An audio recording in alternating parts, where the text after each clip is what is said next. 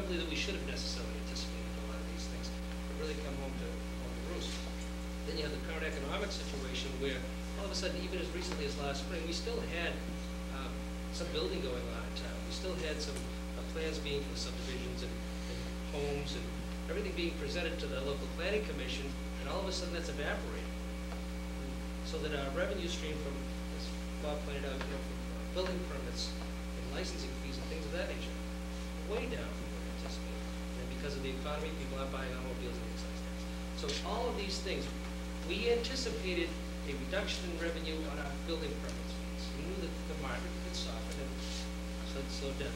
We knew that the economy was slowing down, so we even cut down on our revenue estimates on our excise tax anticipated revenue. We guessed wrong. Things went south a lot more quickly than we anticipated, quickly than government anticipated.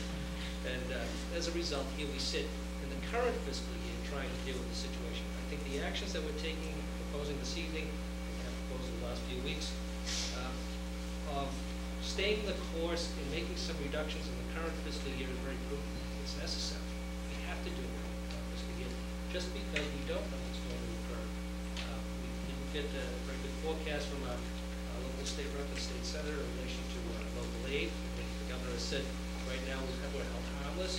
Now we're talking about, and everybody's starting to talk the same language here in relation to, well, maybe not. We are going to have to revisit it.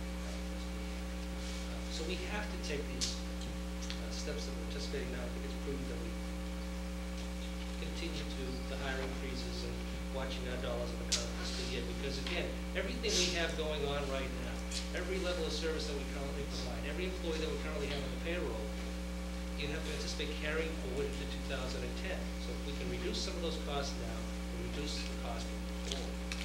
And again, 2010, we're looking at $1.75 million deficit as we speak right now, and that could get worse. In order to maintain level services, which we know that our cost to do that right now is approximately 6% to carry it forward on the school department side and 3% on the general government side. That's just for level services. Our revenue stream doesn't support that.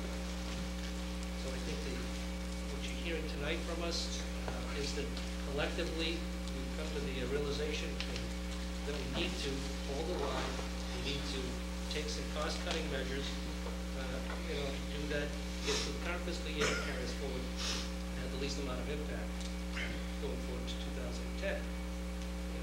With any luck, if we have some other, and I want to address a couple of the issues like the NRS, how could we possibly come up with $400,000 additional growth? How did that happen? Well, I've been on the board for a long time, and we have a new assessor here, much to her credit. We had the opportunity to evaluate properties based upon the June 30th values at any particular time since, what, 1989. I got on the board in 1988. I don't remember that we took that vote, but what a wise vote we took back in 1989. But I don't even remember taking the vote, which allowed us the opportunity to do the assessed valuation based on June 30th. We always did it as of January 1st. Historically here in North Reading, we've always done it as of January 1st. But somewhere back in 1989, we availed ourselves of the opportunity to do this. We never factored that in, and we never did it. From that time going forward, I don't ever recall it. Every time we talk about assessed valuations, people are worried about their assessments and they come in for abatements, they're always told, as of January 1st, the previous year, you had to wait for that to catch up with the downturn in the marketplace. Thank goodness you found it. If we wanted to wait, we normally operated, and this is what we're talking about, looking at how we're doing business. Terrific job, produce some revenue for us. Our treasurer, collector's office, obviously they're stepping up their paces. We've seen an increase in delinquencies in property taxes and excise taxes and other taxes that are paid to the town of North Reading. It was always fairly steady and wasn't large enough to get overly concerned about. Now we're at the level where it is. We're cash strapped. They've stepped up their collection efforts, and we've seen the fruits of their labor in a short period of time. And that's a good thing from the town's standpoint. So how did it happen? That's how it happened. That's the way we've always factored it in. That's the way we've always handled it. And come to find out, we can do it differently than we have now. And we are looking at operating differently, doing things differently. relation to, yes, permits and license fees are down. When we were in the booming period, we didn't hire anybody. What we did is we increased the hours of the personnel that were in the office in order to take care of that increase in business. So we're not operating with any more people than we need. I mean, some of these departments, we have 1.5 people. We still had the same 1.5 people when we had all of that business, but that 1.5, that half-time person was working full-time. Those people were, again, we were sharing responsibilities between different departments. I think we're still operating fairly efficiently in the general government side. GIC, health insurance. I don't want to beat a dead horse here, but it does take an awful lot of effort in order to negotiate a settlement with people, all of the collective bargaining groups that we have to deal with in order to effectuate some change. But we also, when we're looking at the GIC, there is one product within the GIC portfolio that for the same money, or thereabouts the same premium that they're paying now, employees pay now, would actually end up costing the town operating more money. So the GIC is not a cure-all for the town of North Reading. It's an option. And most people go into the HMOs as opposed to the BPO plan in the GIC. Yeah, we can realize some savings on both sides of the equation. But if they all willing to pay about the same amount of premium, they can take on the best plan that the Commonwealth offers under the GIC plan, and in effect, would actually cost the town not running more money. So is it truly a solution for us? We're investigating it, we're looking at it, could very well be, there are a whole set of nuances there that we have to be concerned about. But when you start messing with people's health insurance premiums and health insurance plans, people get concerned, as you and I do. And we are asking the employees, and a very clear message was sent by members of the administration, members of the board, that we're not talking about a change in split here. They got that message, I think, pretty loud and clear from the chairman at the last meeting that we had with the employees. I think part of everybody, I'm frustrated too as a member of the board. I don't think the insurance issue has been handled on as timely a basis as it should have been, or should be, but we're handling it and we are addressing it and we're spending a lot of resources and time on it. I think part of the frustration gets added to because a lot of what's being done may not be as transparent as you would like it to be. We meet a couple of times a month, sometimes 3 times a month, school committee also. So that's very public. We talk about a lot of issues, but we don't get into the minutiae of the details because there's an inordinate amount of time spent by members of these boards offline, during the week, during the evenings. More time in those situations than there are for 3 or 4 hours that we meet twice a month. Trying to get these things negotiated, settled, addressed, conversations that take place, and trying to strategize over things. And I just would hope that you can appreciate the effort that's being put in, that we're not dragging our feet, just that it doesn't move as quickly as we'd like it to, or as you would like it to. And the suggestions have not fallen on deaf ears. They just maybe can't be implemented as quickly as you'd like. I think that the Fiscal Advisory Committee's recommendations have, and again, I will apologize as one member of the board, when they came in at the end of September with their presentation, I took that more as an update as to where we are, where we're at right now. I didn't take that as, here you go, take it and run. We have not vetted these suggestions out at all. We haven't kicked the ideas around as a board at all. And again, that was the only presentation, as a member of the board, it's the only presentation that I've had to even look at those issues. And I think, I sat there with interest with some of the suggestions, and I think a lot of them are worthy of consideration. The implementation might not come as quickly as you'd like, but I think we need to start something. So I think this evening, if you go away with anything, please feel good about the fact that we are trying to, first of all, manage through the current fiscal year budget and maintain the level of services that we were able to put together, patch up last April, particularly on the school side, because nobody wants to compromise that at this particular point in time. And also realize that, I find it interesting too, that we heard Mr. Kirby say, he looked at all the salaries, and it doesn't appear as though there's anybody in the employment of the town of North Reading that's overcompensated, getting grossly overpaid, and isn't earning what they deserve. We have strong advocacy groups for the schools. I haven't heard anybody in all my years say school teachers are overpaid. They're not, you know.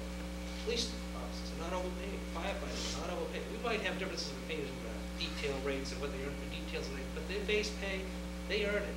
The time that they put in for their overtime and all this, they earn it. They're there. They might make $80,000 or $100,000, but they're there 80 hours a week. So it's funny when we hear that the teachers aren't overpaid, the police officers, firefighters aren't overpaid. You know, senior centers being run efficiently for low cost and almost no cost. The level of services we get there are not exceptional. We all love our state rep, and we all love our state senator. But you know what? We keep blaming state government. So individually, we keep re-electing the same people. We all have we think our teachers are doing a great job and are underpaid. All our public servants are underpaid. You know, the only ones that take the brunt of it are the local people here. And on occasion, we get turned out of office because we're the first and easy target. You know, unfortunately, collectively as a group, whether it be state government, Congress, we keep re-electing our congressmen, we keep re-electing our state representatives, our state legislators, but collectively we can't get it done. We can't get it done. We have governors that are elected with 70% mandates. They still can't get it done. So we have to hold ourselves responsible, try and do what's right.